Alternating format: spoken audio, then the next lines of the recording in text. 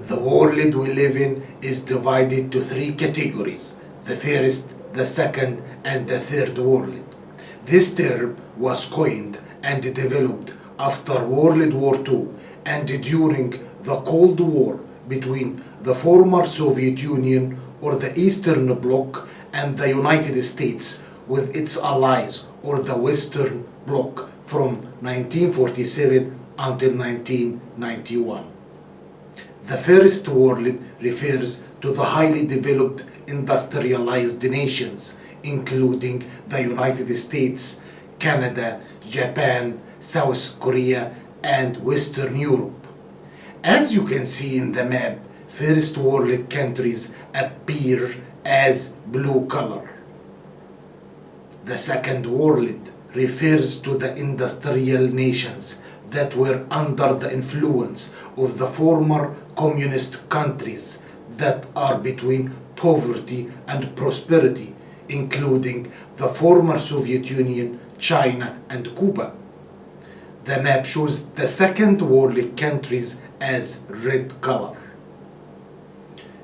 The term third world refers to the underdeveloped nations of Asia, Africa, and Latin America, which are not allied with either the first world or the second world.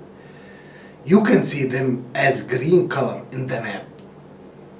The term third world is currently replaced with terms such as developing countries, least developed countries, or the global south. From a social perspective, world countries are also classified to three categories. The first category called the core countries. As you can see, they appear as blue color in the map. They represent most of the first world countries, namely they are the United States, Canada, Australia, England, France, Netherlands, and Japan. Core countries are economically diversified, wealthy, powerful, and influential. The second category is called peripheral countries. These countries are usually behind because of obstacles such as the lack of technology, weak government, and poor education and healthy systems. They depend mainly on agriculture, cheap labor, and export of raw natural resources to core countries. They are dependent on more developed countries. The red color in the map shows that almost all Africa, western part of Latin America, and most Asia belong to the periphery countries. The third category is called semi-peripheral countries. These countries has relatively developed and diversified economies, but are not dominant in the international trade.